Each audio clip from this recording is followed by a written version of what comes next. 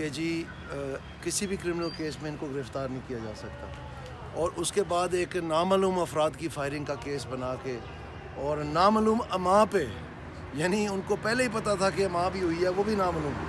तो इस तरह के FIR जो हैं ये मेरे ख्याल में पहली दफ़ा, मैंने 32 साल हो गए ये काम करते हुए, पहली दफ़ा ऐसी FIR देखी है। लेकिन बहरहाल ज़ाहिरी बात है, उन्होंने तैयारी की कि जी ठीक है इनको फिर इसमें पकड़ते हैं, और हमें इन्फॉर्मेशन भी मिल गई कि हमें पकड़ने की तैयारी कर रहे हैं, मुझे और अवैस कासिम साहब को। तो हमने आके प्री अरेस्ट बेल मैंने यहाँ से करवाई, उन्होंने लाहौर से करवा ली है।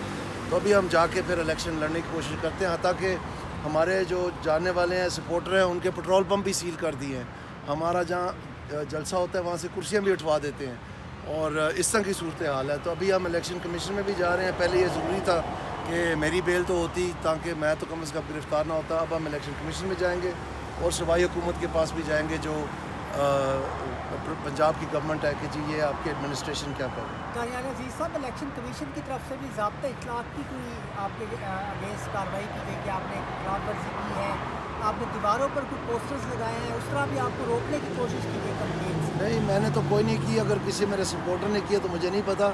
बहरहाल इस तरह की कोई बात नहीं है, बल्कि वो आप तो पोस्टर लगाने की कह रहे हैं, वो तो उतारते हैं पोस्टर सारे जाके, हमारे ये दूसरी ये हाईलक्स डाले आते हैं और हमारे सारे पोस्टर उतार देते हैं। तो आप तो लगाने की बात कर रहे हैं, ये क्या वायलेशन है? जो उतारते हैं वो वायलेशन नहीं है।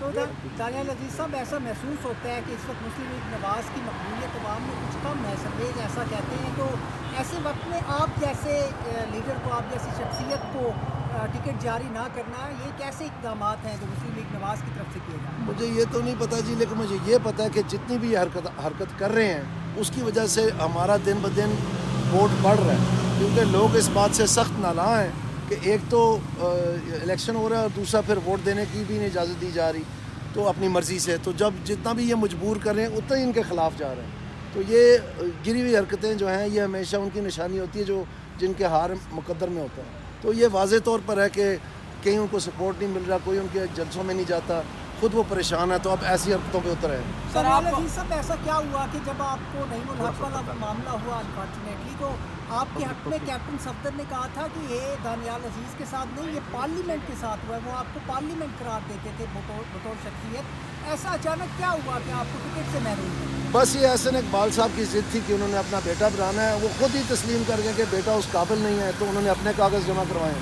तो अब कहते हैं कि जी बाई इलेक्शन में इनके नाक के ज़रिए मैं अपना बेटा ठोंसूँगा इधर। तो अब ऐसे तो नहीं होता पाकिस्तान में, और ख़ास तौर पे नारोवाल में लोग तो वहाँ बड़े मतलब सियासी शऊर है उनमें, तो उनको सारा पता है क्या हो रहा है, इसीलिए तो गिरी हुई हरकतों पे उतर हैं।